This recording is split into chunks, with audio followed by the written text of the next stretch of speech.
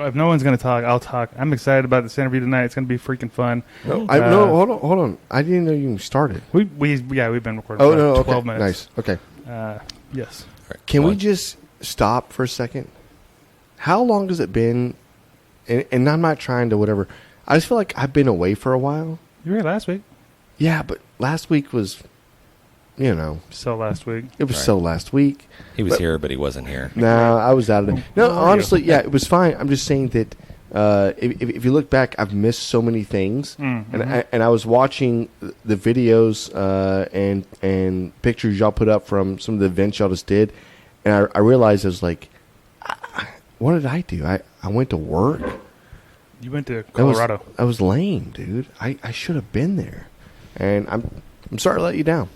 So no, we had a great time. It's fun. Yeah, I bet you did. I bet you did. All I gotta say is just get your freaking priorities straight. Jesus, I'm working on it. Yeah. I don't know, man.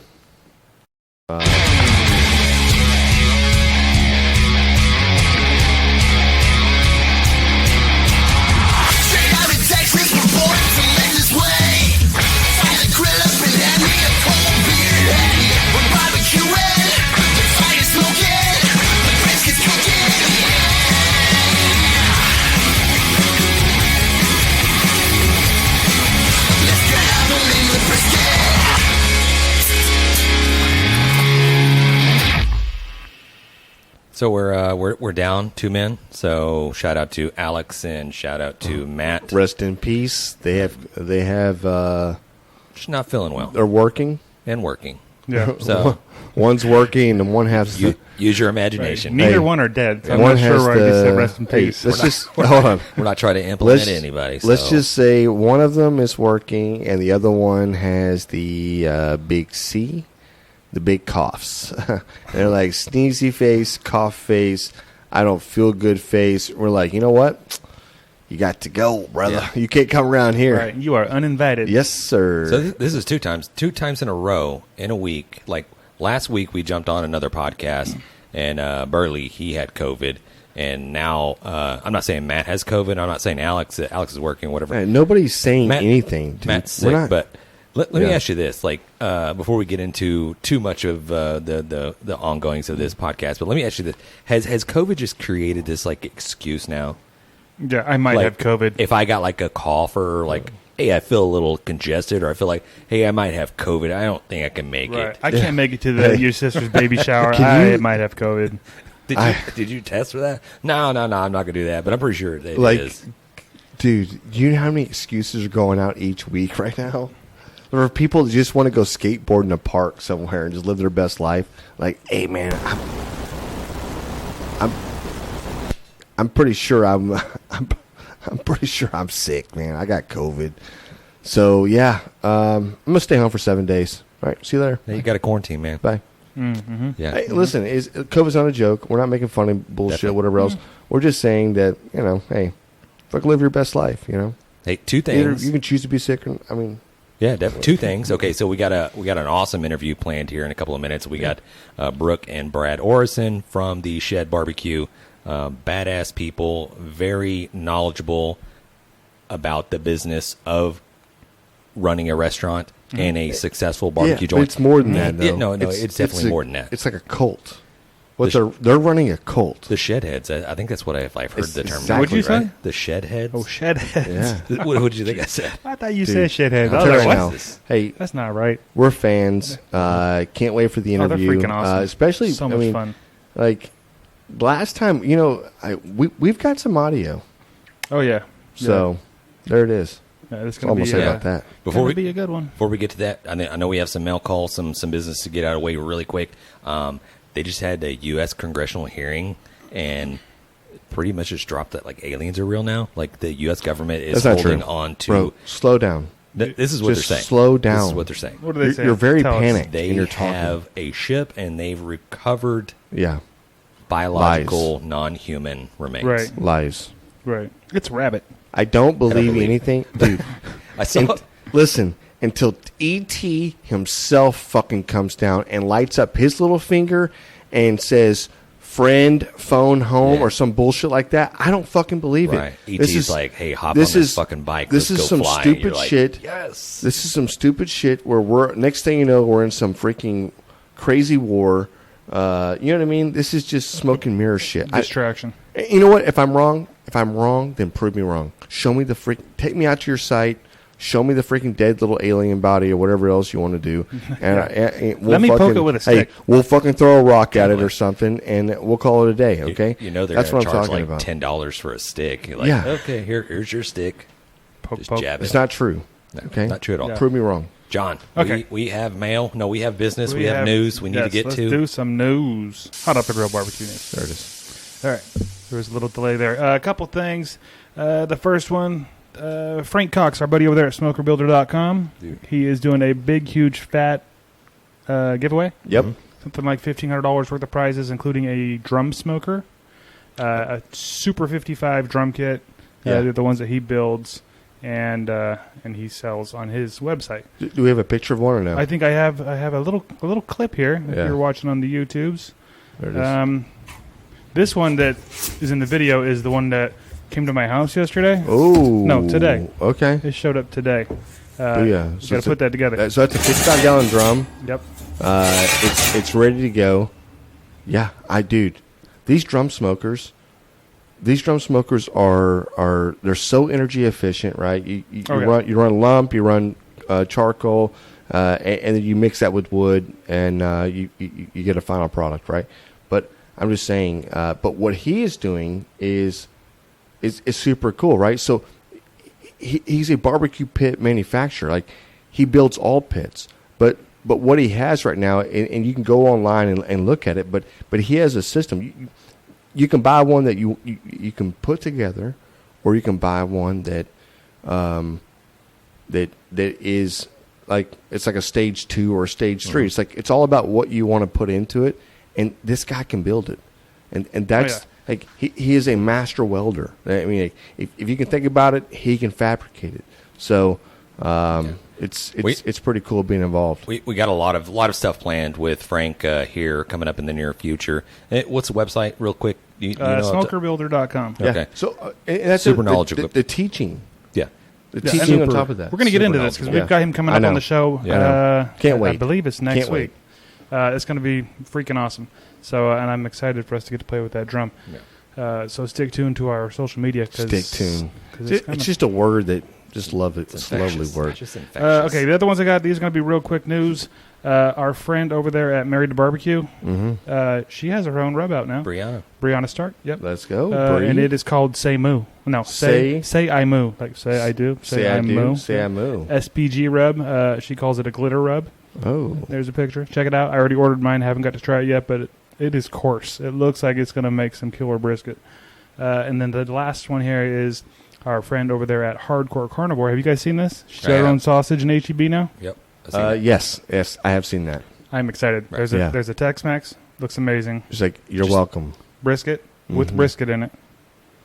James's personal favorite, the jalapeno cheddar. Yeah. Oh, he loves that cheese, man. This is the one Give I'm that cheese excited smile, about. James. Where's that? Oh shit. Prime rib. Prime rib. You Yeah. said it has prime rib. How you put prime rib in a sausage? Yeah. I love that. She does. Well, yeah. Did you pregame? Yeah, I did. Okay. I may have drank a little bit before this podcast. Okay. Sorry about that, guys. Damn it. Perfect. And we did, like James kind of alluded to, we did get a bunch of mail calls. I'm not going to go through all that. Yeah. But we have some really cool stuff coming up. Yeah. It's either going to be on future episode or we're going to do some unboxing, just standalone videos that we'll put out on our social medias. Exactly the things that he just said. Exactly. 100%. Right. So I know we're about to have Brooke and Brad jump in here, but before they get in here, let's go ahead and hear from one of our friends in Oddpods Media, and then when we come back from the break, we'll bring them in. There How's it that is. sound? Boom. Let's go. Sound good? Yep. Hey man, it's me, Kevin Smith. Everybody knows at the root of any good relationship, any relationship worth anything, is the only thing that matters between two people. And I'm talking about television. That's right. That's why you should listen to Married with Television, man, which is a podcast by my friends Shannon and Jamie, I call her cat ears, about movies and TV that they have loved for decades, man. You listen at marriedwithtv.com or anywhere you get your podcast. They are proud members of the Oddpods Media Network, man. Married with television. Yes. And there Yeah. they are. We're just talking. Hey, how are y'all? We are great. How are y'all? We were just talking about how Jan pre-gamed a little too much today. Who? Which one? Yeah. Yeah, I did. Hey, it's not my fault, but if you give me a few hours and a cocktail, I'm probably gonna go drink it and hang out. I'm just saying. Well, the reason why I didn't pregame too hard today is because Brooke's been up my ass all morning, all day long. Don't get too fucked up. Yeah, right. Well, the last time we had you on the show, Hey, can we just get you were pretty primed up. Hold on. So we have. It was, and look, So- I wasn't actually. I like your game there. I was primed up. You were. I'm saying. Hold on, I listen to this. Just grab them in the brisket. Yes. Just grab them in the brisket. Y'all didn't know I was famous for making taglines. I'm telling you. There it is. Yeah, Brad's like, that's copyrighted. I will. No, that was a gift. That was a gift. I will say that that was a fun time. So we were at the National Barbecue and Grilling Association. You guys were killing it on the podcast. We're having a blast. And it was wonderful. So and Brad and I still talk about that memory out of the whole weekend, and we had so much fun there. We've been supporting NBBQA for years and years and years. Since 2009, I think was our first that we went. I think we catered it in Austin, Texas. I think that was 2009. Drove down there, did a whole hog for that. Right. I pre Very that cool. day. Very cool. We still laugh about because Yeah. Brad's like, grab them in a brisket. So honestly, and listen, we definitely appreciate you guys taking time and like doing this because it does mean the world. Yeah, and very listen, cool.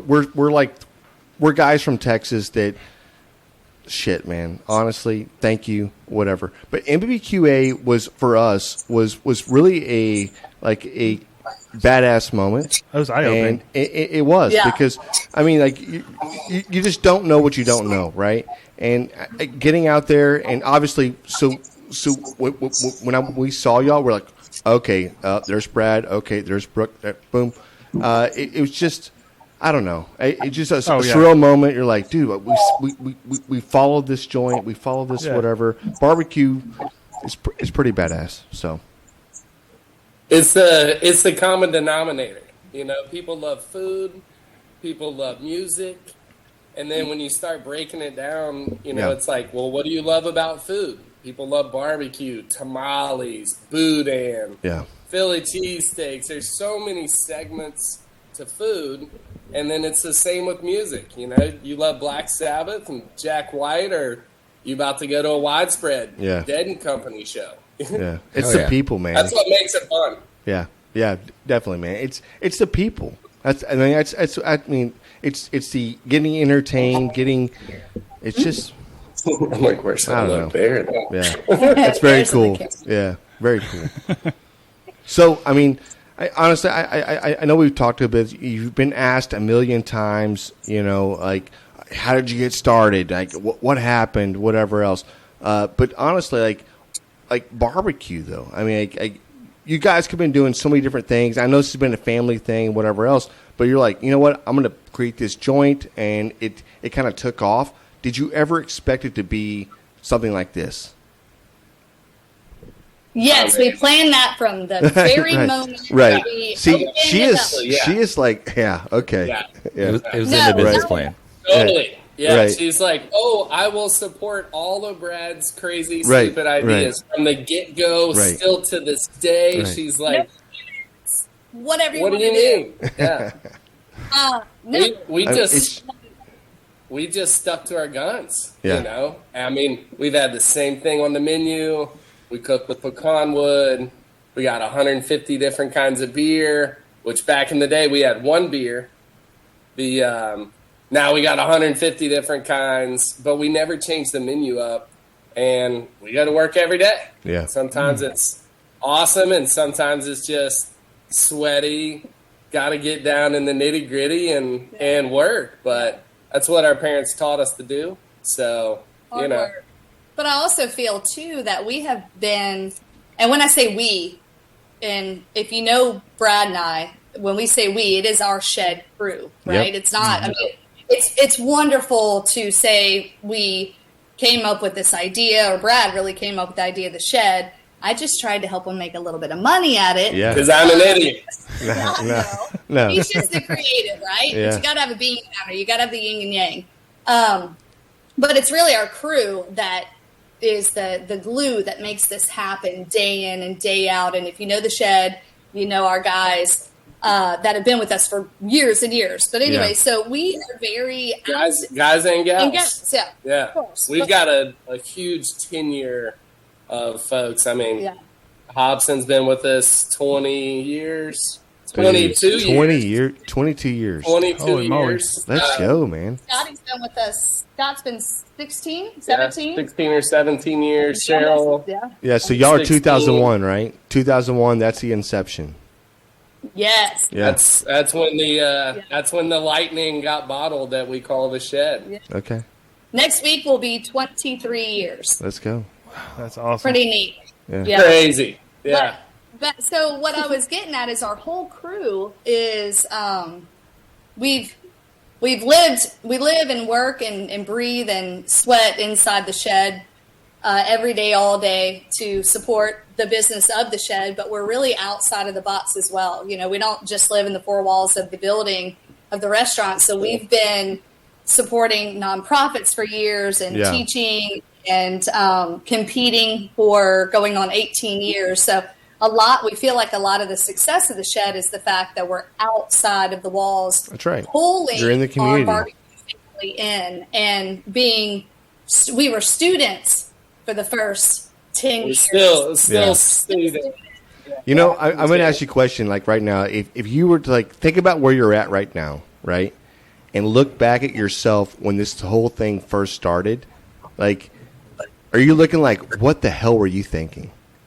Like, honestly. Yeah, we got lucky. Everybody wants to open a barbecue joint and get out there and crush it, and we got really lucky. Yeah, you know. I'm just saying as the individuals. Like, if you look back to yourself as like an individual, like you're like what you were thinking back then is not what you're thinking today, right? Well, like, it's the same when Brooke was. You know, I'm 4 years older than Brooke, but like our parents raised us to be, you know, a badass, and whatever we do, you know, whatever we set out to do in life, our parents paved the way for that to happen, you know, whether it be hard work or sweat or going to school when we didn't want to. You know, they paved the way. So whatever Brooke would have done without the Shed, she'd have been a badass. Yeah, 100%. You know? So James and I are twins. Okay, so we're twin brothers. Y'all are how many years apart? 4 years. 4 years. Yeah. Y'all see. And we have a middle brother too. Okay, we call him the middle child. Yeah, right. Middle. Hey, here's the middle. Come on in here, middle. He's actually a lot cooler than we are. He's the coolest kid. But y'all seem very. Y'all seem like this, right? I mean, like very close. Like I would have guessed like a year apart or something like that. I feel like y'all. I mean, I get whatever. I'm just saying y'all just seem very, very. Yeah. Right. Yeah. Well, right. Come on. It's because we're not afraid to be honest with each other. Yeah. We have a common goal, but you know, she tells me, and I'm an idiot, and I'm like, Brooke, that's not a good idea, and we take that to heart, and we're like, you know what, that is something we should steer away from. Yeah. That's really like our family. So there's three of us. I came up with the idea. Brooke makes sure we make money on it. Our little brother, Brett, or the middle child, he books all the blues and keeps the music rolling. Yeah. Let's go. My mom used to do the marketing and tell everybody about it. And my dad made all the sauce and made sure that nobody did anything stupid. Yeah, there it is. So we've had like this check and balance system that I'm proud to be a part of. Yeah. So yes, but it, in a nutshell, back to your question, how we thought 23 years ago and how we think now, I feel like our foundation is the same, because it was about hard work and, being shameless self-promoters, which is what all entrepreneurs have to be. Yeah. And supporting the team around us, that is the glue. Like I talked about, our crew members, and they're the glue that makes it happen every single day. So I feel like in the foundation, it's the same. But as far as the avenues that we've gone down and the different things that we've been able to do, from our Food Network series, The Shed, to all the other major television appearances that our crew's been on, and the competition circuit, and winning the World Grand Championship a couple of times. Hundreds of fundraisers, all destination. Those are the things that have changed our mentality about entrepreneurship and just barbecue and the barbecue world and the beautiful people of the barbecue world. Yeah. Like those or elements fans, change. or just fans, right? People are just fans of you guys. Like, we're fans of you guys. Yeah, Come on. But I think people are fans of, and I'm a fan of people that are going out and just getting it. That's what we do. Little hustle. And here to anybody that is a fan of mine, cheers, raise the Yetis up, grab them in the brisket. And I know Brooke, she's always got all the fans. She's got way more followers than me, and I don't know what the problem is. Like, how do I get myself out there more? Lots of love here. Yeah. Full of it. Yeah. Well, I always love the if you take care of the community ultimately takes care of you. And I love the support that you guys put out there through all the different philanthropy projects and stuff that you do. I was going to ask, prior to the conception of the Shed, what was the grilling? What was the cooking? What was the barbecue experience like? Like who was the who was the teacher of, before you got into learning how to do whole hogs or stuff like that? I mean, whether you're at college just throwing down on a grill or something like that, what was the beginnings? You know what I mean? Like the very beginnings. I thought about this today because I figured it would be a valid question. And, I thought, what was the first thing that I remembered about barbecue, about smoking, grilling? And it's riding around.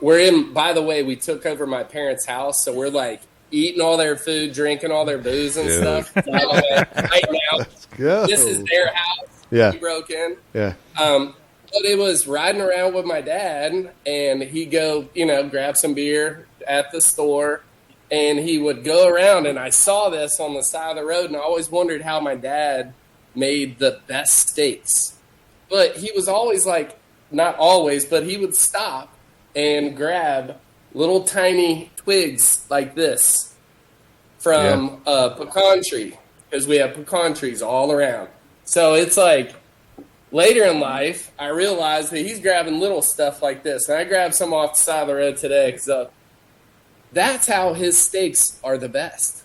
And it took until 30 years later for me to figure out how that old school flavor, and really like the first time that I got that. And I asked him about it. I said, why are you always grabbing these little sticks? He said, well, it's the freshest, most flavorful part of the tree. I'm like, okay. Like, he would you're like taking notes. You're like, okay. It's great. Yeah. It's crazy. It's that afterthought of, but I went to college. We built and ran a pizzeria.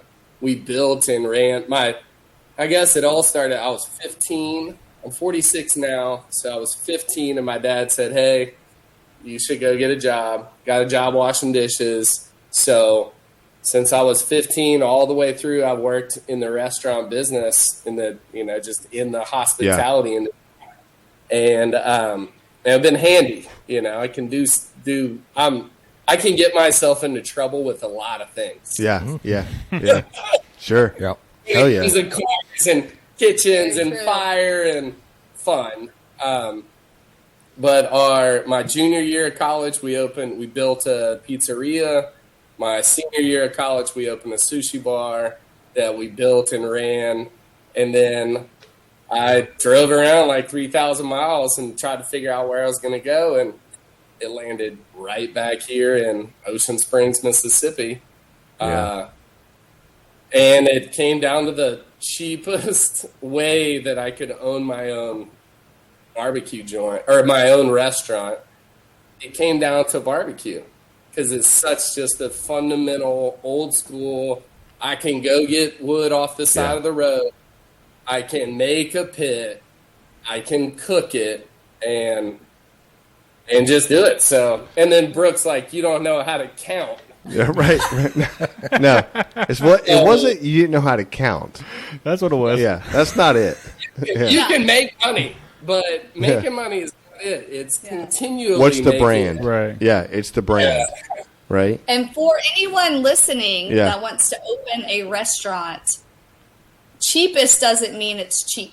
Right. I'm going to throw that PSA out there. Yeah. Hey, it costs cautious. money. Yeah. It costs money. Yeah. And especially in today's world, food cost has challenged all restaurateurs and caterers and just going to the grocery store for your family these days. So cheap does not mean. Oh no.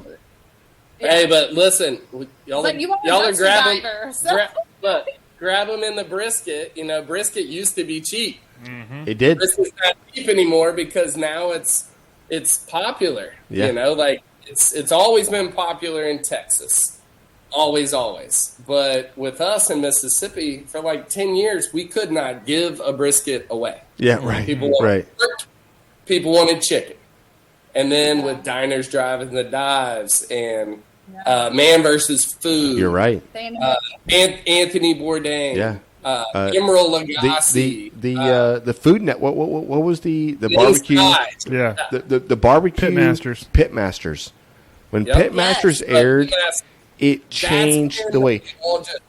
And then in Texas, you've got in Austin, right? So you've got Franklin. Yeah, Franklin Barbecue, and Franklin Barbecue has put out some tremendous barbecue and whatever else, but it just sparked. It just hit at a moment where people were watching television, because I feel like nobody's watching television anymore. You know what I mean? I'm not, but I just feel like it's just, you know what I mean? Like I gave up. Shit, yeah. But I just feel like it was a moment where I was like, yes, we can get behind this. But that barbecue revolution has it's changed the whole landscape. I mean, I just saw what is the beanbags? What is that game called? Playing cornhole. Cornhole's a sport now. Where the hell did that come from? The beanbags, the beanbags. They got sponsorships and stuff. I'm like, I'm talking about the cornhole game. Yeah, it's on ESPN. That is a real ESPN sport now. I'm like, how the hell is barbecue not a sponsored sport? Like with real, like, you know what I mean? Like it's there. It's this close to happening. It actually, I mean, if you look, it's there, but it's not there. I mean, Peg Leg Porker. I know. He's got a NASCAR. Yeah. You know, it's it is. We're not gonna. I don't ever see barbecue in the Olympics. Now they did let skateboarding in, some of the other stuff, but the Olympics that we have is feeding people, and the John Q. Public, tourists, locals, everybody, me, you, everybody wants a good bite to eat. That's right. Mm-hmm. That's not going away, and that's where people like us get to win. People that are doing competitions get to win. You know, you put your heart and soul into something, and then you see somebody enjoy it. Without a doubt. That's your win. That is a huge win. So, have y'all done a state cook-off, the SEA? Oh, yeah. We host one. Yeah, you hosted one. We host one every year. The Pre-game. Yeah, well, I didn't read that part. Yes. So we love Ken and Brett and all of the SCA, everyone that puts that on. All their volunteers. Yeah. I mean, it takes a village, absolutely, like any competition. But we host the Shed Showdown the third week of which guy? I literally stole my dad's cup. Dude, So, let's go. we broke in our parents' house. Our parents are out of town. Yeah. And being that Brad and Kiki have 5 children, and my husband Bobby and I have 2, there's no way we could do an 8 o'clock call at home in our individual houses. So our parents are out of town. I mean, we would do it if they were here, Yeah. but we called them after we were here and said, we broke into your house. What's your Wi-Fi password? And my dad's like, I saw you on the ring, dumbass. Right. You know, like, my bad. I thought we were surprising you. Yeah. But yes, back to the SCA. Yes. And So I guess my question was like, have you guys like are y'all trying to cook these too? Are you trying to get out there and actually mix it up or no? I'm the guy that comes over and enters the contest. Yeah. Comes over, borrows your pit, borrows some 100%. Hey, you got any charcoal? Yeah. on, you know, and hits. Yeah. So no, I know. we're gonna. I got friends like you. No, I mean really. Hey, You bro, did it. I got friends like you right now. I'm telling you right now. I know it's kind of. I'm sure I'm gonna get some hate mail on this. Hey, no, you won't. You're fine. Preach. Come on. So we do SCA. I have to give the shout out because we do our own SCA or host our Yeah. own No, SCA. yeah. Third week of January. Y'all grab them in the brisket is gonna be there. Yeah. Do we need to show up? Let's go. Yes. I got nothing Be in there January. doing some live streaming and podcasts. Let's go. But this year it's January 19th and 20th. It's always the third week of January. And it's either like really cold or beautiful. or raining Yeah. and cold. Perfect. It's rainy and We've had cold. a I'll we had take a it. flood one time. Yeah, I'll take it. Y'all should come out and Love that. see. We're looking for probably 160 to 200 teams this Holy year. moly. Yeah. We give away a bunch of money. Our sponsors are great, so there's Wonderful. lots of grills. Loco Cookers is one of the main sponsors that our prize packages are a lot of the reason why people show up. And then we have the showdown at the end, Yeah. So you know, where they're going head to head against each other. yeah, that was our twist. So we, it's a dual state competition, and then we have other ancillaries. So we have smoked turkey. We have our Prairie Fresh. Prairie Fresh is a huge, wonderful partner of the Sheds. And we Well, have Prairie Fresh is a partner of barbecue. Yes, Right. Like absolutely. they set the bar really high, and So we have, They're here so to we pray have for us. yes, absolutely. So we have the rib competition. We have a Bloody Mary competition that I'm winning is that. epic and phenomenal. I got it. y'all should come judge that. Listen, You should- I We don't. would I love want to enter this, but I have a hard time with the elaborate Bloody Marys, but I am 5-time champion in Bloody Marys and serving I'm just a saying. single glass of Bloody Mary. I have won Let's do it. five times in a row. One time with no vodka. One time I won with Fireball because you didn't have any vodka. instead of vodka. He does not come That's all we prepared. had. Yeah, I just use what we got, but I'm not even gonna lie. It got to a point that people were like, "There's no way you're gonna win." And when they called the number out, I got up, started walking, and they're like, "Look at this fool being an idiot." And I literally walked up and got my trophy. I'm just saying, like, bro, I'm gonna win this damn thing. Well, I'm showing so up. Why? I'm showing Why up. in the world, if you come to the Shed Showdown in January, Yeah, and you win, yeah, right? Mm-hmm. If yeah. you win, Win. because you can't win without being elaborate at the Showdown, so you're gonna have to So figure out. I'm going all out. I got Yeah, this. so I it will got be ice skating all out. rink in my head right now. So you're already champion, right? So you could compete, or you could come over and actually help judge that competition and be like the ultimate. I can judge. tiebreaker. I can judge. I can You judge. know, if you were like the Yeah. ultimate I got tiebreaker it. and you judge all of them I'm and liking you're this, looking, yeah. I got it. and because there are ties, we just lost the tie at the Kansas City Royal for best barbecue sauce on the planet, and we got second place instead of first. But our good friends got first, so They we can't did. be too hard Yeah. on that. But it's kind of like this, and then you're like, oh, but wait, we're so proud of our friends. And here's the key, because I know you like to pregame. It's like the first turn in, so there's really not much time to pregame. So you'll be all right. I'll be all right. I got this. It's not a big deal. Yeah. Yeah. So go to. I know you guys follow the Shed on Instagram. What's that? We follow you guys. Look, scroll back and check out some of the entries of our, or you go to like Stale Cracker's site. A couple other guys, and Craig Carter has been crushing He's been it. killing it. Yeah. He does a phenomenal. But presentation at our Bloody Mary contest is unlike you have seen. It is phenomenal.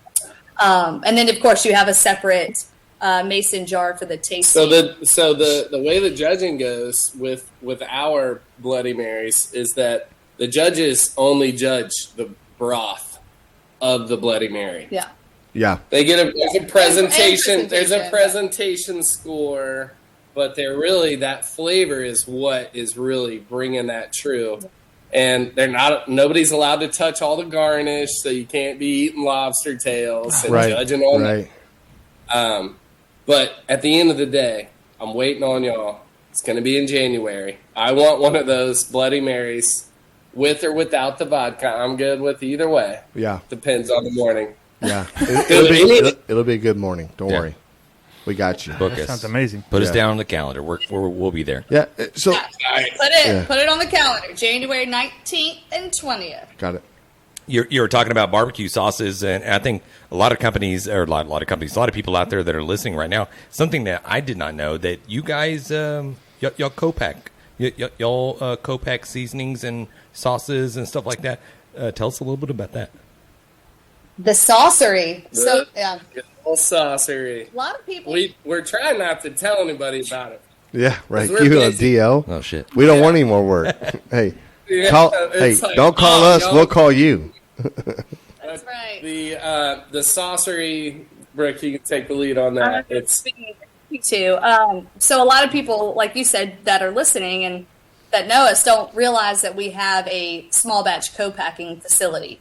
So we manufacture and distribute the Shed products, but also other barbecue products, marinades, cocktail mixes, Bloody Mary mixes, salad dressings, and we do that for retail bottling and also, and what has really helped a lot of restaurateurs that have high volume is we do back of the house like bulk, like 4 1 gallon let's go. cases. And we distribute that through their who they're buying from. Their You're like a Vinny Keith Sam's Club. Oh, nice. Yeah, and it helps with the high volume restaurants and multiple like chain restaurants, multiple. Once you have 2 or helps 3 keep- locations, you Keep can't it consistent. I mean, you can't trust somebody to make your sauce. If you have 2 places making your sauce, is different. Yeah. We all know that. Like a recipe's a recipe. It's but regional. It matters who's making it. It keeps everything easy too. Like if you can just order through, whatever the distributor is that these restaurants are ordering from on a day-to-day, and they just tack on a couple of cases of their sauce, and they don't have to have the big water kettle and counting All on the each jets. individual Sure. location to make it exactly the same, or a new hire messing something up. It's just, it keeps it consistent. It keeps it easy. And so the back of the house, food and beverage side is really great. Food service is really wonderful. But also we take high pride in making high quality products for different barbecue and different, not just barbecue, but we are a barbecue family. So that's like the labor of love. So I keep saying barbecue, but we do a lot of salad dressings and cocktail mixes as well. Side dishes. Dishes. Beans. And from the food service side, just tacking on that, it gives the operator, they know exactly, because we do the stuff that, is getting served on the plate. Yeah. Well, their retail bottles, I know that it's the same exact product in the bottle. Yeah.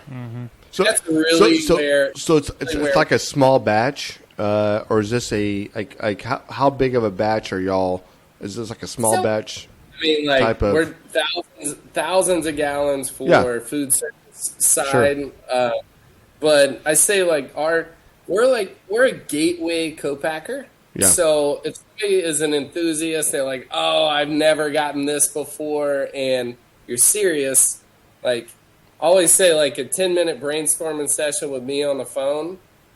Yeah. I've been in a lot of lanes. I've spent millions of dollars. Brooke and I have spent millions of dollars on mistakes.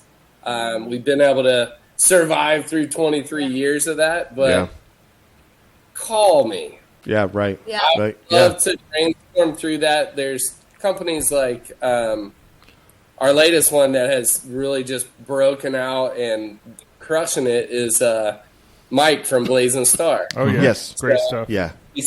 We started doing his seasonings and all that spicy, like the scorpion and the... Yeah. We had to wear like masks to make it, but... So we his sauces, but once you get to a certain level, it's us handing it off to another co-packer that can deal with that much volume. Sure. So, and you know what? Well, I guess when we say small batch, what that really means to someone that wants to start bottling is for retail is that our minimal requirement for a batch of sauce is 100 gallons versus a lot of these larger co-packers, their minimal requirement may be 1,000 gallons. Sure. Right. So that's why I say gateway. Yeah. But nothing wrong with that. But that's not to say that we're not bottling thousands of gallons for companies, because we have a lot of companies, Blazing Star. Blazing Star, he actually. So we actually had a cook-off here in town, and his daughter graduated high school from our town here in Texas. Oh, that's awesome. So he's like, hey, I'm flying to Texas, blah, blah, blah. How far? We're like, hey, we're in this. We told him the town, and then he's like, no way. And then, boom, he came out to the cook-off. We hung out, one of the nicest guys. And then we saw him at the NBBQA, hung out there. In the Royal? Yeah, exactly. And at the Royal. I mean, he is such a great guy, and he's just entrepreneur. Passionate, too. Awesome. Yeah. So we feel very blessed as one barbecue family to another to be able to say that we pack retail and food service for a lot of phenomenal people and companies. It's a lot of people that you would not expect. We're making their stuff. Really? Yeah, that's awesome. So we're not telling you about it. You can't say it. It's a secret. So when we're ready to do the grab them in the brisket rub, do we need to come talk to y'all? Yeah, exactly. Is this who we talk to? No. Don't call me. Yeah. Show up. Anytime I'm there. I'm ready for it. Let's go. But for any enthusiast that's like, hey, I make a killer sauce. I make a killer rub. Yeah. Just do that shit. Right. Do it. Like, go for it. Go on the journey. The biggest piece of advice that I could give is don't spend all your savings. If you think you're willing to spend $1,000 to make a product, make sure that you have $5,000 left in the bank. Yeah. If you're gonna, if that $1,000 is something that you're gonna spend on it, make it. Get out there, go to the farmers markets. It's going to sell. You got to hustle. People love good food. People love you. It's true. Yeah. They love that story. So get out there and get it. And I agree. And say my phone's always on.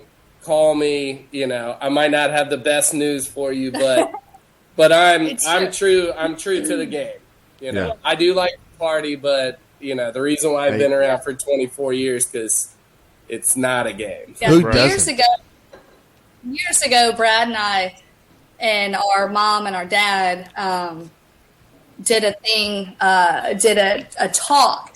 I can't tell you, it's been probably 10 years, but we did a talk at NBBQA at the National right. Barbecue and Grilling Association conference in South Carolina, and it was called the Orison's Raw, right? Okay. So last name Orison.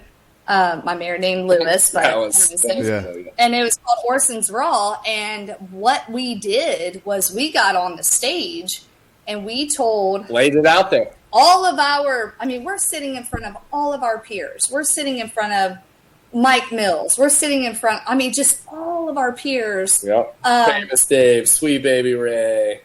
So many folks in the audience. Basically, and I feel, and we kind of, this is something I feel like we all should do, and most of us do in the barbecue world, is we try to protect each other. Like, this is what I've done wrong. And let me tell you my mistakes so you don't make the same mistakes, because I want you, even though we're in the same world, I want you to succeed, right? That's why barbecue camaraderie is so wonderful. But that's what we did. We got on stage and for 45 minutes told everyone in the audience, 350 people, all the dumb shit. Like, why did you do that? We told them the success stories, but more importantly, we told them all of our failures. Let's go. We failed. Yeah. What not to do, what to do, call us. And mainly just like what we did wrong. Yeah. It wasn't like, hey, let me show you how to do it right, because we're still trying to figure that out. It was more like, hey, here's when I, woke up and realized that my truck was stuck in the ditch. Yeah. And it cost me $1 million, and we don't want that to happen. It's overcoming obstacles or whatever. Yeah, you know what I mean? It's like, but that's the grind. That's a grind of doing your own thing, because you're learning as you go. And I totally relate to not being pushed into a business or whatever else, but owning a business and not knowing what to do with the business, right? Like, you just don't know what you don't know, but you guys have stuck with it, and you created this. I said it earlier. I was like, this cult, which is, it's pretty. We're getting loco. Hey, it's pretty freaking badass. Okay, so awesome. I enjoy it, man. Yeah, I have to tell. Cheers to you guys. Here. Yeah. Cheers. It doesn't count unless you drink. One of the most fulfilling things was when we did that presentation, and we put it all out there online. We talked about, we had, the shed, knock on wood. We had the shed burned to the ground in 2012, you know. We had 11 feet of water in Hurricane Katrina in 2005. We rebuilt it like 3 times. Yeah. We still have more work. Literally. You're still here. We're in the same spot. We open it up to a Q&A, like, does anybody have any questions? And there was people that stood up in the audience that says, I relate. My barbecue joint's burned down 3 times. Yeah. Knock on wood. We've had these trials. We've had these tribulations. People stood up and told us that even though all this has happened, and we're not alone. We're powerful. Right. It's very powerful. All this very powerful. So when I got off the stage that night, I got chills thinking about it. Yeah. Everybody actually, and Mike Mills said it best. He said, you don't see the spaghetti people getting together like this. That's right. Hey, that's right. Spaghetti conventions. Yeah. That's so good. Yeah. Hey, you know what? You're right. Yeah. That's what it's about. At the end of the day, it's about supporting each other. Yep. So until Saturday, when we're all competing and nobody's friends. Exactly. then everybody's got tight lips. Right. Okay, so we did put it out there. If you have questions for Brooke and Brad, to our listeners, followers, and whatnot, we did get a few. I'm gonna put them out here, and we could do a little rapid fire. I don't know, maybe some of these take a little longer to answer, but I'm gonna let you guys take the reins on that. Yeah. The first one we got was, and I should have said who these are from, but I guess whoever asked the question will know that it was them. I don't know. Yep. I know Brad is the junk collector. What is the coolest thing he's found? Ooh. Oh, wow. I would say the coolest thing that I found was early on, super early on. I found this dumpster where they were throwing away kitchen equipment. Oh, that's perfect. And I found this old. It was an old Alto-Shaam, like a warmer style, and it turned in to be the first smoker at the shed. My dad and I built it. So that by far is the best find that we've had for cooking equipment. But I've got a better find that created the business. Come on. So, as you know, I'm a dumpster diver. In college, I befriended this guy that his dad had a moving company, and I would pay and he moved houses. So I would pay this guy $50 finder fee, and I could get anything I wanted in these houses, right? Anything, couches, whatever I wanted. I could rip the windows out of the house if I wanted. Or not the windows, but the doors. Anything on the outside, he wouldn't let me get. Yeah. And we were there, and my buddy was helping me, and I was like, hey, we got to get in the attic of this house because it was nailed shut. And I love Jeeps, so I still drive a Jeep to this day. So we had a Jeep. I had a hammer in there. You got to have a hammer and a pair of pliers. Yeah, if you own a Jeep, that's a necessity. And we pried this attic door or attic stairway down. It fell to the ground. He pushed me up there. Clint Elmore is his name, still a dear friend. Yes. He actually just got voted #1 pizza in Austin. I think it was a year ago. Let's go. Called 40 North Pizza, but got up there and it was a record collection.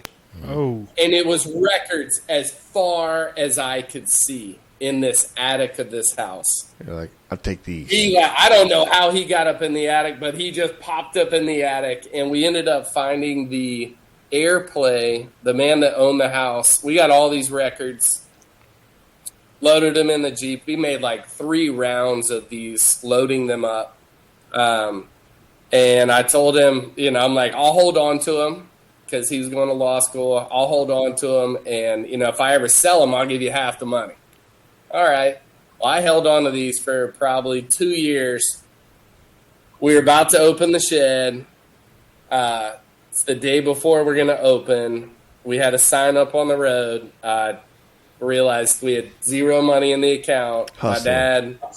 My dad was like, I'm not gonna give you any more money. Yeah, right. I had already maxed out. We had already maxed out my grandma's credit card. So that was screwed. Dude, listen, this is what hustling is, though. Like, you have a vision. Yeah. Like I'm going to pay you back. I got you. Float me a little bit. There's nothing wrong with that. Yeah. And my dad's like, no way. Yeah. Our parents. This is family.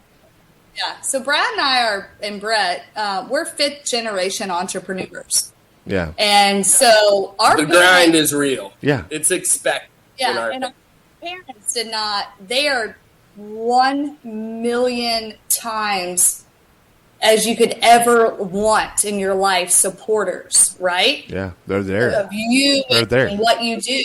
As y'all have met my mom and dad. Yes, 100%. Yes. But they were not, when we were going to open the shed, going to give us money to open the shed. Spoon feeding us. They were not spoon feeding. They're like, you got to earn it. You got to figure it out, and you got to earn it. That's what Brad means by Dad wasn't going to give me any money. I'm out, but yeah. So I'm out. I needed, and this the best dumpster diving find that I've ever found turned out to be that record collection because I get a phone call that day. Literally, I had extinguished everything. We're sitting on like $3. Yeah. And I get a call, and this lady says, "Do you still have the record collection for sale?" And I said, "Yeah." And I had put the record collection up for sale for $1 a record. I had 3,000 records. $1 a record. I put in like some free ad. It was the penny pincher. The penny pincher a year before that. Dude, let's She was go. digging through it, and she said, "Do you still have it for sale?" I said, "I do." She said, "We're on our way. We'll be there in an hour and a half." We get there. The shed's built. It's our kitchen was 7 foot by 14 foot, and we had 5 bar stools and a front window and a little tiny little. We called it a seating area, Right. but it was What else do you need? like standing room only. We were 330 square Yeah. feet. Wow. Tiny. So where like this garage. they get there, they walk up on the porch, and there's no walls. It's just wide open. And I had put these records in trunks. So I'm hoping this lady's gonna buy this, right? We are. And she walks up. I open the trunk.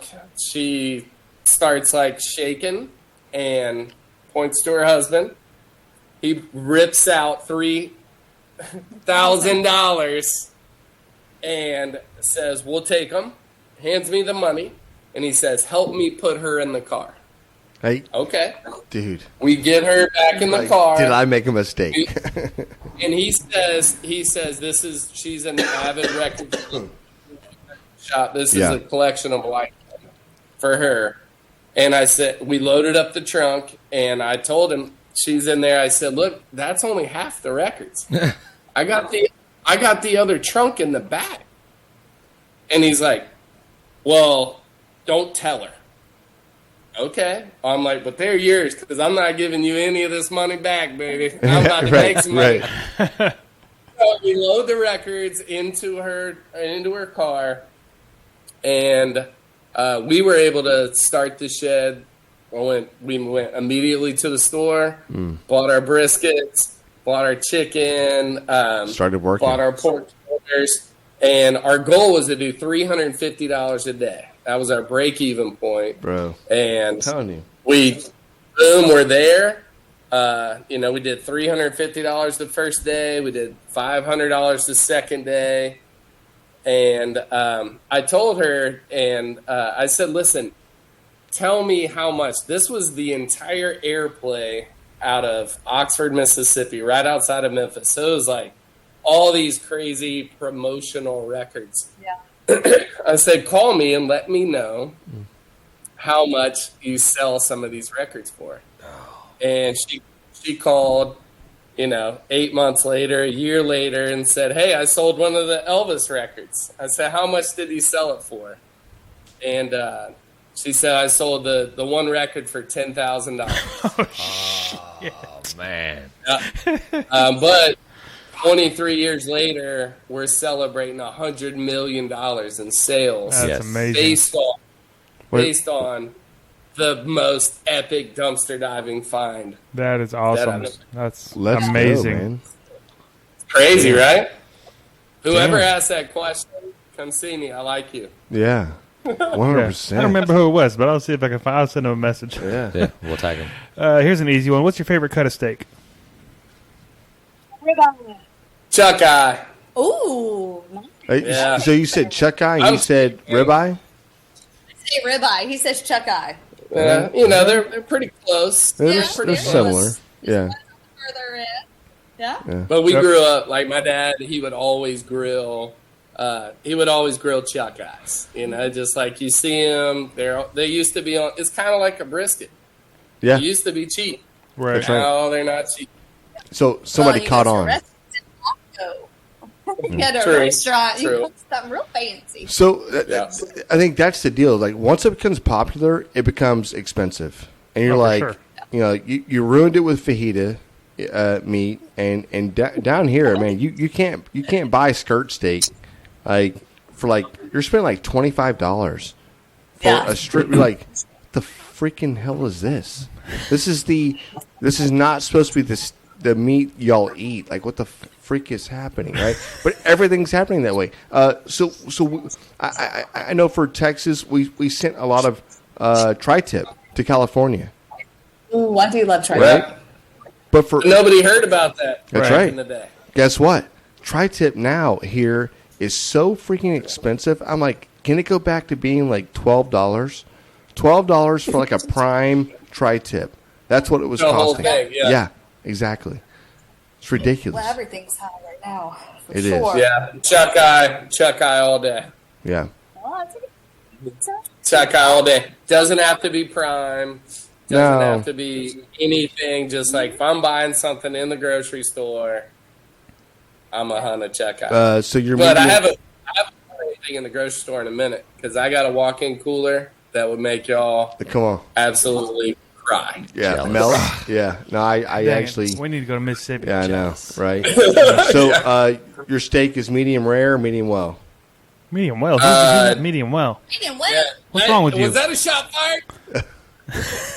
That was a test. Hey, do you like ketchup with your steak or do you like. I'm a medium rare all day. Yeah. But I also can get a little nitpicky with it if I know where the restaurant is or what they're gonna serve, like who the pitmaster is. So I could be just a straight medium rare. I can throw a minus in there. I can throw a plus in there. Oh, Yeah. you're bougie. So I actually agree with you, but Brooke, where are you at? Medium rare plus. So I'm like, right, but I will love a medium steak all day long as long as it's cooked medium. But the reason years ago I started saying, and I love a medium rare steak. Yeah. I mean, anything above a perfect medium, I'm out. I'll eat it, but that's not what I want. But the reason I started years ago saying medium rare plus is because a lot of the restaurants and more fine dining restaurants, I would order a medium rare steak and it would just be a little bit too It's rare. Rare. You know? So I 100% agree with you. So I actually order my steak the exact same way you're talking about right now. Because I like a medium rare steak as long as it's actually cooked medium rare. However, it's always underdone. And when I ask for a medium, it's always overdone. And so I'm like, this is bullshit. And I have to, so I'm like, I want a medium rare steak, but I want just a little extra. It's like 4 seconds extra on both sides. Please don't fail me. You know what I mean? Who said 4 seconds? But they always freaking fail me. I'm not going to lie to you. I stopped ordering steaks at restaurants. I said to hell with it. Oh, there's so many. I have my favorite steak place in our tiny little town. We have like 18,000 people that live in Ocean Springs, Mississippi's where we're at. But if I go to another steak joint, I am not scared at all to say I want chef's choice. You pick it. You cook it. You pick the cut I want. I got the money to pay for it. You pick the cut. You pick how you want to cook for me, and I haven't been able to go wrong yet. Yeah. You know what? That's a good idea. Now, I'm gonna do this. I'm gonna do I this. always wear this hat too, though. Yeah, So yeah. Pressure's on. It is. Intimidating. Now I will leave it up to the chef all day long. Yeah. For sure. So we have a place by us. It's called the Post Oak Grill, and the chef there was like voted like best chef of Houston for like a couple of years. I actually went in there one night and it was off the menu, but the guy was like, "Chef said this, he's performing this, whatever." It was the best steak and crab I've ever had in my life, and from that day forward, I never really pushed it. I never said, "Hey, what is the chef's choice?" or "What is the chef doing tonight?" I never asked, but now you bring it up. I'm like, dude, that was like the best steak I had at a restaurant. Maybe I should be asking, hey, what is the chef's choice tonight? Like, I know it sounds cliche, but like, it's kind of, is it true? It's not. Is it true? Like, what the fuck what is the chef putting Like I together was saying, tonight? Yeah. We're saying chef. We're saying pitmaster. We're saying somebody that's just straight up. Give me your got one the off. job. Give me your best. But it's so good to empower whoever it may be to provide people like us the best bite possible. Mm-hmm. And I mean, I'm a pit master. That's what I'm vying for every time somebody comes to the shed. But I leave it in the hands like Anthony Bourdain. He said, "Hey, if you're a chef or you work in the food industry, like you're part of the gods. Just enjoy it. Yeah, be Love part that. of it. I love that. You guys, man. Let's slide one more of these questions in here. Okay. Let's see. Words are hard. What is? Well, I'm trying to pick a question here, shithead. Words are what difficult. is your number one tip for cooking a whole hog? Ooh, Oh man, buy a good hog. yes. Hey, what makes a good hog? Honestly, that is that is a great number one tip. I mean, we work with the farmer. We know what we know when the hog was born. We know what it's been eating. We know how happy it is, and that's important. And yeah, start with the best. Compart has amazing hogs. Yeah. Memphis MA, we started working with another company, Pig and Leaf, because we couldn't get Compart hogs, which we won multiple world championships with. We couldn't get them over 165 pounds. We generally cook a 250-pound hog for Memphis MA. So that's, the biggest thing, Twins. be prepared to pick the hog up. Yeah. Have a big enough cooler. Have a bunch of ice. Have a gallon of water. Have some clean rags. And be prepared to pick a hog up. Yeah. Like, that's where a lot of times people go wrong. It's like, oh, I'm going to go cook this, throw it in the back of the excursion. And that's fine, too.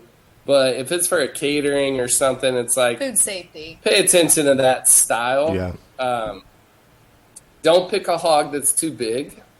It's funny because we're just going to go on and on with this. No, I know. It's life, right? Come on.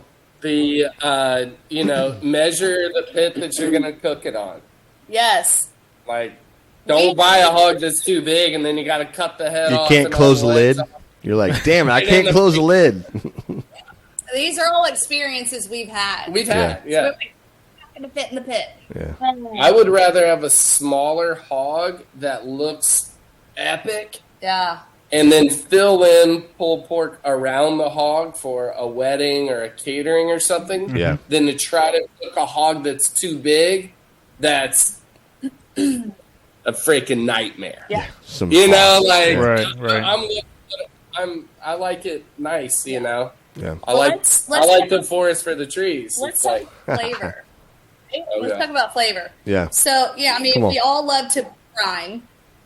And so when we brine our hogs, we have, there's the basic brine, right? But don't forget, I think a tip would be don't forget that you can incorporate different juices and herbs and spices and let that brine sit for a day or two. And all of these things marry together and then strain that out and really have a full, flavorful brine where you have the right salt content to do its job, right?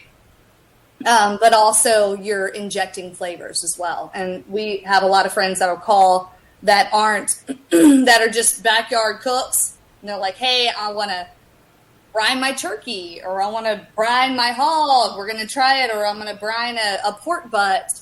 And we remind them that brines aren't just about salt and water. They're also about pineapple juice and apple juice and herbs and spices and peppercorns and different things that can create flavor while still doing the job that the salt's supposed to do. Also, So the length of time, right? What's that? The length of time of brining. I sometimes and I've had people that try. Hey, I've got some brine meat or whatever else. Like, it's over brined. You're like, hey man, how long was? Wow, it was in there for 4 days. You're like, whoa man, you went way too long. Like a pastrami now, or like, what are we doing with this? This is not. It's not the same. And wiping the brine off. That's it. There's a lot of different brines. There's powder brines. There's granulated. There's a company called Ultra Source that makes all the food service brines that you can get. A lot of them are powder based. But wiping the brine off or washing the whole hog off. That's it. Because if you don't, you're just double salting, and it might be good to you, but you don't actually count. It's whoever you're cooking it for. Right. That's right. It's not gonna serve well to people coming into the like, hey, I want to try this. Like it's like the hey, it's like number one. It's too salty. It's too this. So you'll have a Yelp page. You'll have a whatever. I know. I get it, Yelp? John. Yeah, Yelp or Yelp. what? I'm not sure who judges who. But what is the? This is an off the cuff question. What is the worst comment? What is the worst comment? What is the best comment y'all have just received online? Comments on a hog? Yeah, or just anything. The restaurant. Whatever. Hey, some people you cannot please, right? You know what I mean? Some people, no matter what it is, you just can't make it right. You're like, dude, just don't come back. I just can't do it for you. You know? I can answer that question. Come on. You got a pretty good one here. This is when the wine takes over. You know what I mean? What I'm gonna say, right? You know what I'm going to say? So this is not the restaurant, which our barbecue joint, but this is, and I won't name when, where, why, or how, but at one of our competitions, one of the judges' comments was that they didn't score, we didn't get their 10 because our hog was too moist. That's way too delicious. Yeah. I hate that. Too juicy. Sorry, guys. It's just too moist. And Not good. granted, we understand competition cooking where you have to have the proper mouthfeel, and we get it if it's mushy, but Tacky. There's so many better words right. than it's too moist. Moist. And Moist this is guy like had that's the kiss of he had death. like a Moist booger is in like, his nose. ugh. I wanted to knock it out. Right. Yeah. It's almost like I want to be able to I want it to be moist, gushy. but dry You're like, enough ugh, to where I gross. might have to get a drink of water after that. I might be Yeah. fearful for my life and have to choke it down with something. Yeah, that's That horrible. makes no sense. our team, if you ever hear any of our team members like under their breath jokingly go, Must have been too moist. it's just too Yeah. moist. Hey. Good. Hey. That's where that stems from. That's amazing. Can't please And everybody. I'm sure on his part it was just the wrong word. And like I said, we understand the textures, this and that. But It was- his comment, we were like, Hey, too moist. it was too flavorful. Hey, some people just. Hey, so what was the best one? The best comment? Note to self: we got a 4th place call at Memphis in May that year. So that guy kept go. us out of finals, Hey. What a and he jerk. had a booger in his nose. Yeah. Hey, What's the take best an compliment? Advil, bro. Let's go. Right. The best compliment that we've ever received. Is that the question?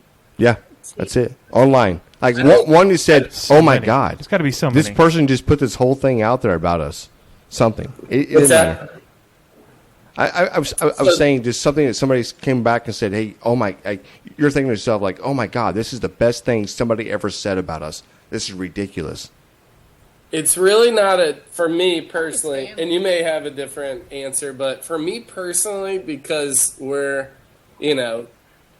music, it is seeing like an 8-year-old kid or a 6-year-old kid out there with like a sandwich in their hand, loving some music and dancing around. Like that's the ultimate compliment for Badass. me. Yeah. Personally, because they get it. It's like that's core memory. Yeah. For me, it's like my dad cooking a steak. I didn't realize it was core memory stuff, but that's the ultimate compliment for me 100%. because It's their real. parents already paid for it. So It's real, man. It's a real thing. Yeah, That's amazing. Hell yeah. it's pretty deep rooted when it comes to what I think is our ultimate compliment. Yeah. Yeah, I agree. I can't Love that. say that any better. Just being So here. speaking of getting feedback and giving feedback, we're getting kind of close to the end here, but we want to know where folks can reach out to you and give you some of this feedback, or just find you. Where's your social medias? Where's your website? Where's all this stuff? Yeah, so I will give you the rundown. Here we Brad and go. Brooke, the Shed BBQ and Blues Joint. So all of our social media feeds is at the Shed BBQ, and we always encourage feedback. DM us, let us any questions you have. Tag us in the post. Yes. Hashtag the Shed BBQ. We often, and also hashtag why I love barbecue and hashtag the shed has gone loco. And we follow those and we respond and answer any questions, good, bad, or ugly. Because, at the end of the day, we all have to be real, and we also have to be real positive. 100%. Yeah. So, Hey, And if you happen to be looking for where we're at, where the Shed BBQ is located in Ocean Springs, Mississippi, right off of I-10. We call it Exit 57, Barbecue Heaven. Let's go. So if you're ever right there between New Orleans and Florida, you'll see the billboards. Come see us. We're not going to change anything for you. It's going to be exactly what you see every day, all the time. Nice. And you might end up seeing one of us. Hey, maybe. and you're welcome. Yeah, love Yeah. that. Hey, I'll be like driving around a tractor or something. we appreciate you guys coming on. You have no idea. We're huge fans. Thank you so much. much. Thank you. 100%. You have no idea. Hey, can we hit a little bit like, he'll cue up in a second. It's going to be like, Just grab them in the brisket. Just grab them in the brisket. That's the way you got to do it. If you need a theme song, you guys already came up with the most ultimate title. Yeah. We'll see y'all later. All right. Thanks, y'all. Bye, guys. Hey, take care, Y'all guys. have a great night. Thank you, Brooke. thank Thank y'all you, guys. so much. Bye. Two of my favorite people in barbecue. These two are freaking passionate about barbecue, and 100%. they spread like this little light of mine. They just let it shine. Honestly, I see the dynamic, and I think that they're both very driven, and it's like they're both business minded. Don't let Brad fool you, or Brooke, because she tries to play the bean counter, but she is I'm just telling you right now. She's a fun chick. Don't let Brad fool you. Whatever else when it comes to business, and don't let Brooke fool you when it comes to this girl is barbecue. She is barbecue. You know what I mean? This is a family thing. It's I can't even say like it was awesome to have him back on. I know we tried to have Brad on, and we had a communication error and whatever else. And then we had him actually on the NBBQA and Brooke, and it was great.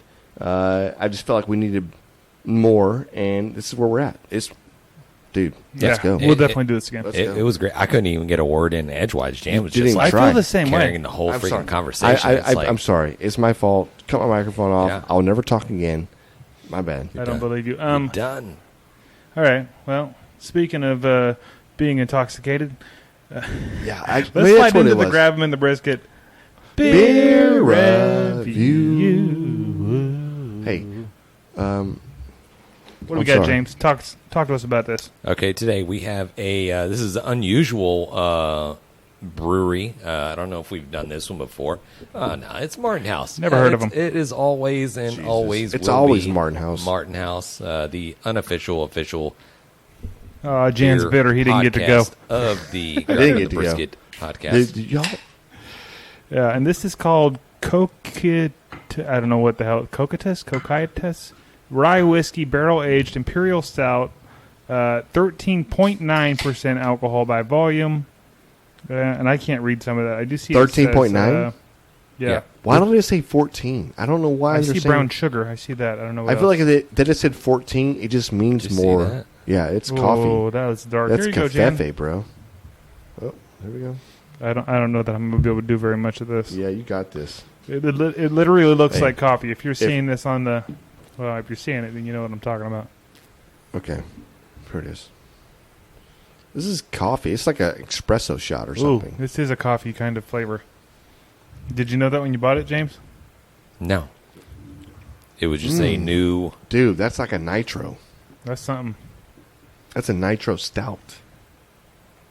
It's pretty good. It's delicious. That's pretty damn good. That's really delicious. I wasn't expecting that. I was not either.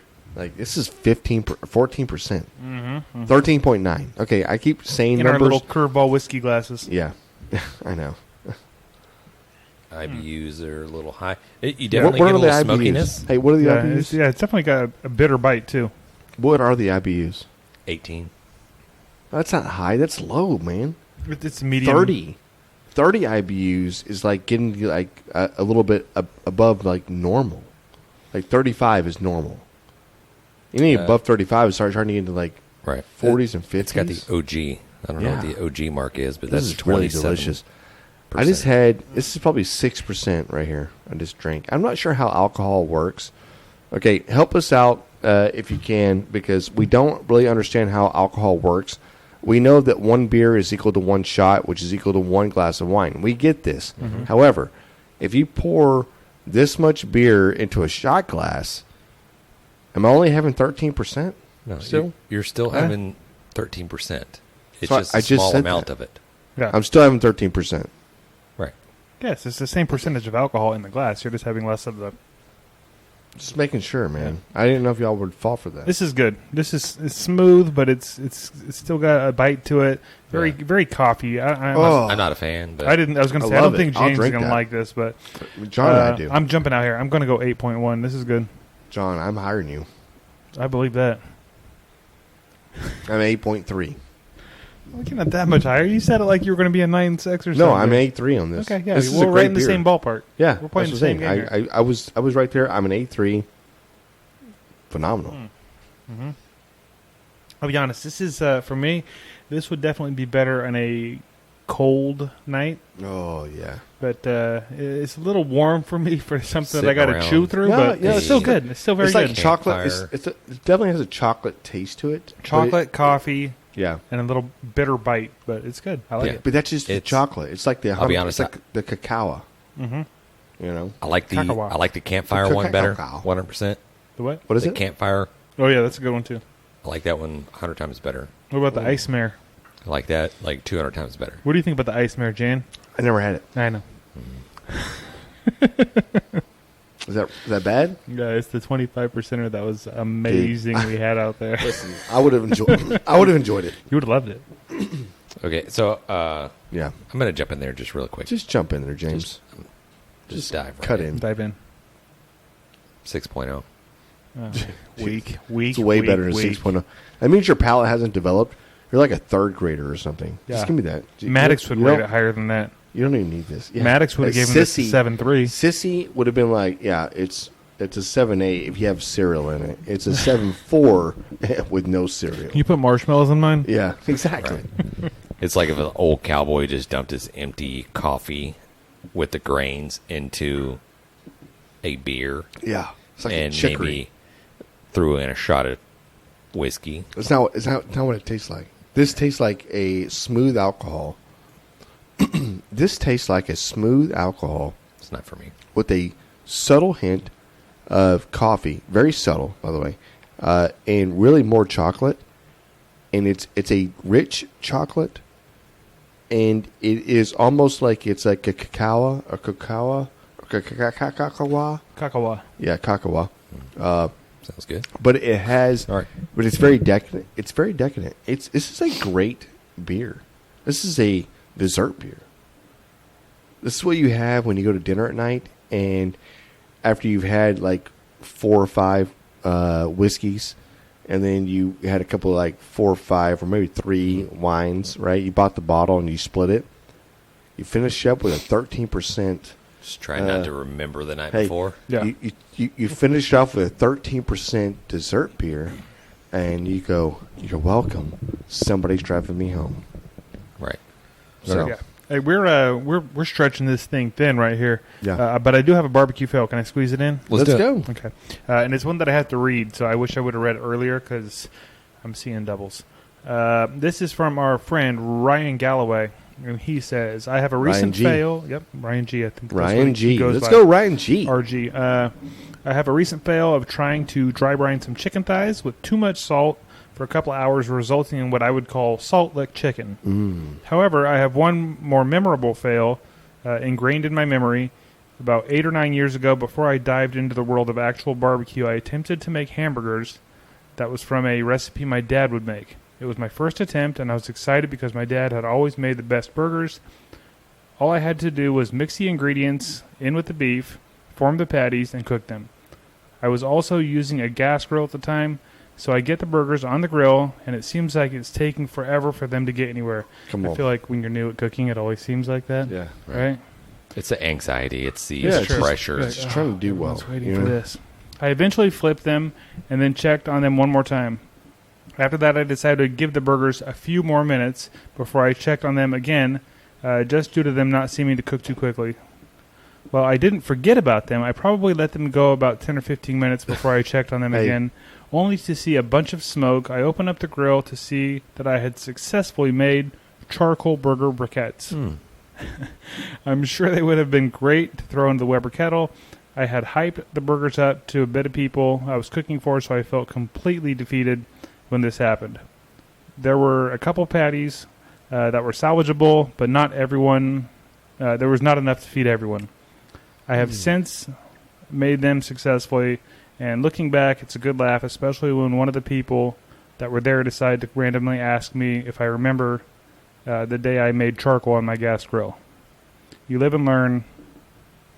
That's it. Yeah. Ryan Galloway. So Ryan Galloway. So we need the dad's recipe. I mean, what is the dad's recipe? I'm interested in that.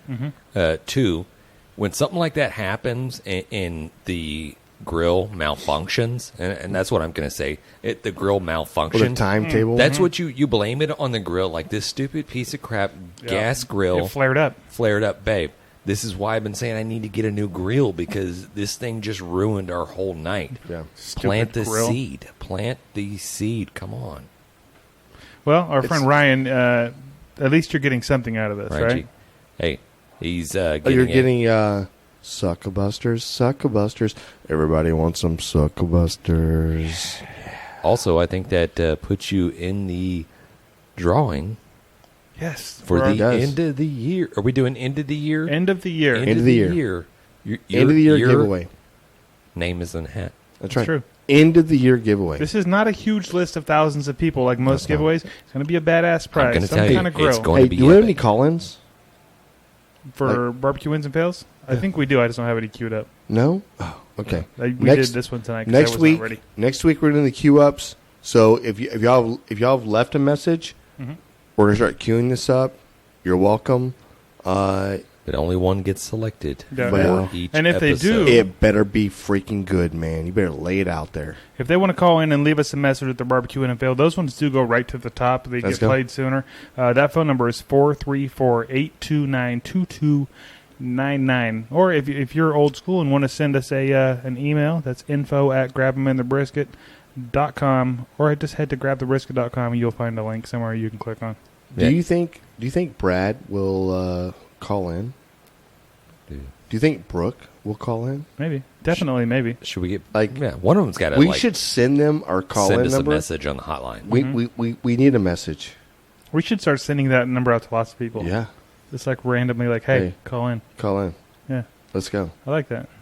Right. That's not your worst idea. I'm just good with good ideas. Let's go. Money. Right. Yeah. Okay. And this probably just going to include. Concludes. It's going to include what? It's going to include and this- What conclude. does this include? It's going to include and conclude. James, say it. Well, I'm getting at it. And this is going to end the Grab on the Brisket podcast. This might be the last one we ever do, guys. It's been a fun done. one. Hey, we had good Brooke chat. and Brad from the Shed BBQ that joined us today. Wonderful interview. They're salts of the earth, like they're just real people, Good people. That honestly, it just having the conversation with them, you get the sense that they just like helping people out, and they're out there within the community. Yeah. They're badass entrepreneurs as far as running a business. Obviously, there's struggles in the beginning. It's very successful now. Also, they are great competitors, and they what it sounds like to me, they are great. I want to say great bosses. No. They're great leaders. Great people. 100%. For the people care. that work for them, because they've been with them for years. They realize they're running a business, right? The loyalty. It's awesome. It's great 100%. To see. I can't. First of all, I didn't realize they were batching so many other companies. Mm-hmm. You know what I mean?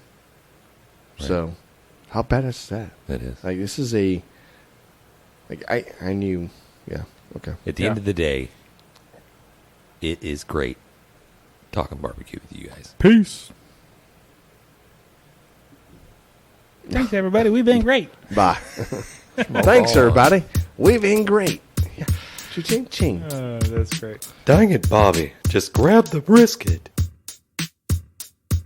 We'd like to give a special thanks to SUCKLEBUSTERS Barbecue Rubs and Sauces, Bonner's Fiesta Spices, Cooley Nation Custom Koozies, Cambro Manufacturing, Yeti Coolers, the Smoke Sheep Barbecue Newsletter, and Dow Strong Knives. We definitely appreciate your support.